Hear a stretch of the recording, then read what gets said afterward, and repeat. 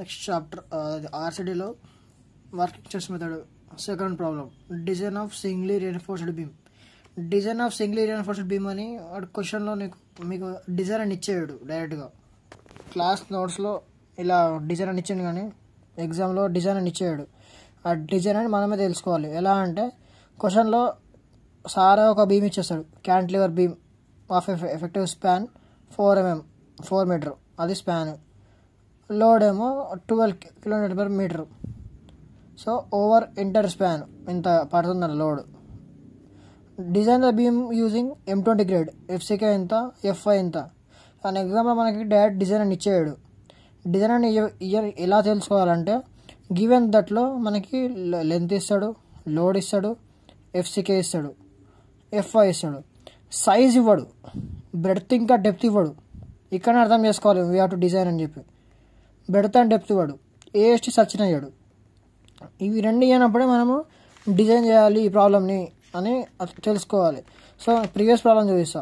Analysis of single uniform బీమ్లో వాడు breadth ఇస్తాడు, depth ఇస్తాడు, AST ఇస్తాడు, చూడండి AST ఇస్తాడు, అన్నీ ఇస్తాడు. కానీ ఇవ్వంది ఒక లోడ్ ఇవ్వడు, అంతే. లోడ్ మనం కనుక్కోవాలి. ఇక్కడ డిజైన్లో మనకి లోడ్ ఇచ్చేస్తాడు, మనం కనుక్కోవాల్సింది బ్రెడ్త్ డెప్త్. అర్థమైందా? బ్రెడ్త్ డెప్త్ కనుక్కోవాలి. ఇంకోసారి చెప్తా. డిజైన్ ప్రాబ్లంలో మనకి just load, span, FCK, FI అని ఇచ్చేసి వదిలేస్తాడు, అంతే. మనము బ్రెడ్త్ డెప్త్ కనుక్కోవాలి, AST కనుక్కోవాలి. దాన్నే డిజైన్ చేయడం అంటారు. అదే మనం డబుల్ ఎగ్జామ్లో చేస్తాం కదా, డిజైన్ ఆఫ్ సెప్టిక్ ట్యాంక్, దాంట్లో బ్రెడ్త్ డెప్త్ అజ్యూమ్ చేసుకొని చేస్తాం కదా, సేమ్ ఇది కూడా అలాగే బ్రెడ్త్ డెప్త్ అజ్యూమ్ చేసుకోవాలి.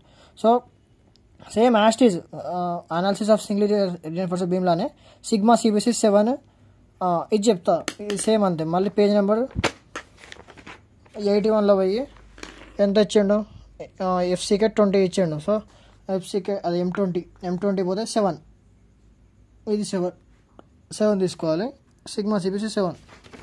దాని తర్వాత నెక్స్ట్ పేజ్లో ఈసారి మనకి మైల్డ్ స్టీల్ కాదు, 415 ఇచ్చిండు. 415 అంటే high yield strength D Pharm bar, అది HYSD బార్ అంటారు, 230.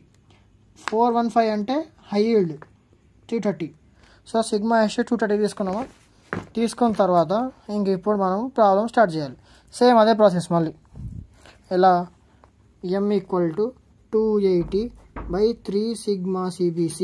సో 280/3 ఇంటూ సిగ్మా C ఎంత, 7 ఈసారి. సో ఆన్సర్ మనకి 13.33, ఇది M. దాని తర్వాత నెక్స్ట్ డెప్త్ ఫ్యాక్టర్, ఇది neutral axis depth factor. Formula ఏంటి? KC = M sigma CBC/M sigma CBC plus sigma ST. So 13.33 into sigma CBC 7/13.33 into sigma CBC plus AST ఎంత, 230. So చేస్తే మనకు ఆన్సర్ 0.28 వచ్చిందా? అప్పుడు 0.8 వచ్చిన తర్వాత నెక్స్ట్ మనం కనుక్కోవాలి లివర్ ఆర్మ్ కనుక్కోవాలి. Liver arm JC = 1 - KC/3.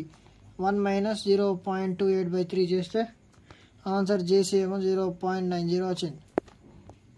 Moreover ఈ డిజైన్ ప్రాబ్లంలో మనకి ఇంకొకటి యాడ్ అవుతుంది.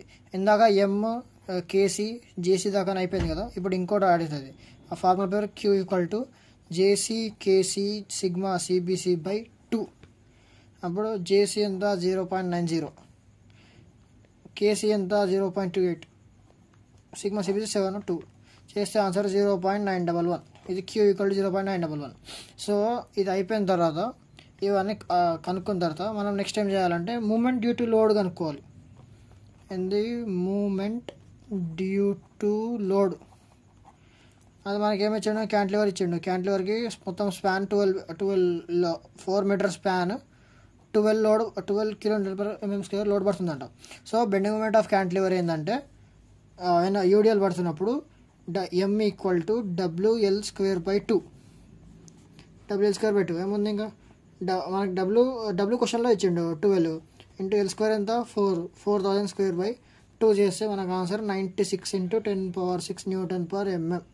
ఇది మనకు కావాల్సిన ఎం ఇంత మూమెంట్ వచ్చింది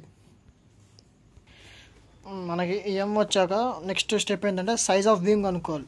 సైజ్ ఆఫ్ బీమ్లో for breadth and depth or size moment due to load is equated to balanced compressive moment of resilience. దానికి formula M equal to Q B D square. Size of beam అన్నప్పుడు M equal to Q B D square చేయాలి. అప్పుడు మనము ఇలా assume చేసుకోవాలి D equal to 2/3 అని. Next step ఏంటంటే ఎం equal to Q B D square. అప్పుడు డీని ఇందులో బీని 0.5 డి అని అనుకోవాలి. ఈ చిన్న చాలా గుర్తుంచుకోవాలి. బీని 0.5 డి అనుకోవాలి, డీని డి లాగే ఉంచుకోవాలి. అప్పుడు మనకి ఎం ఎంత వచ్చింది 96 ఇంటూ 10⁻6 ఈక్వల్ టు క్యూ. మన క్యూ ఎంత వచ్చింది 0.911 ఇంటూ బి ఏమో 0.5 డి ఇంటూ డి. మనకి సబ్స్టిట్యూట్ చేస్తే డి ఏమో 595 వస్తుంది. అప్రాక్స్గా 600 అనుకోవచ్చు. అప్పుడు డి ఈక్వల్ టు 600 వస్తుంది. 600 mm. ఆ 600 mmని ఇంకా బీలో పడేస్తే మనకి బి వచ్చేస్తుంది 0.5 ఇంటూ 600 డెప్త్ చేస్తే 300. బ్రెడ్త్ ఇంత, డెప్త్ ఇంత. సో మనకి ఇప్పుడు బ్రెడ్త్ వచ్చేసింది, డెప్త్ వచ్చేసింది డిజైన్లో. మనం నెక్స్ట్ చేయాల్సింది ఏఎస్టీ కనుక్కోవాలి. ఏఎస్టీ కనుక్కోవడానికి ఫార్ములా M/σST JCD.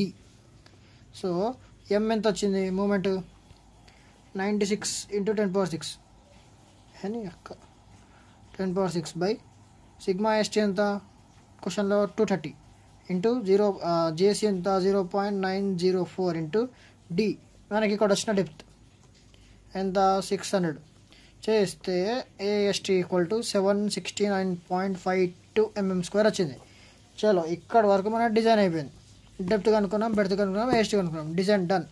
దానికి అప్పుడు వచ్చిన ఏఎస్టీకి మనం బార్స్ కనుక్కోవాలి, ఎన్ని బార్స్ పడతాయని. దానికి formula n equal to AST by π/4 16². ఇది అజ్యూమ్ చేసుకోవాలి, ఈ 16² అజ్యూమ్ చేసుకోవాలి. ఇప్పుడు 769.52 బై π/4 ఇంటూ 16² చేస్తే 3.82 equal to approx 4 mm bars. ఇవి 4 mm బార్స్. ఇక్కడ ఇది ఇంత ఇవి బార్స్. దానికి ఏఎస్టీ మినిమం ఉంటుంది, ఒక ఏఎస్టీ మినిమం.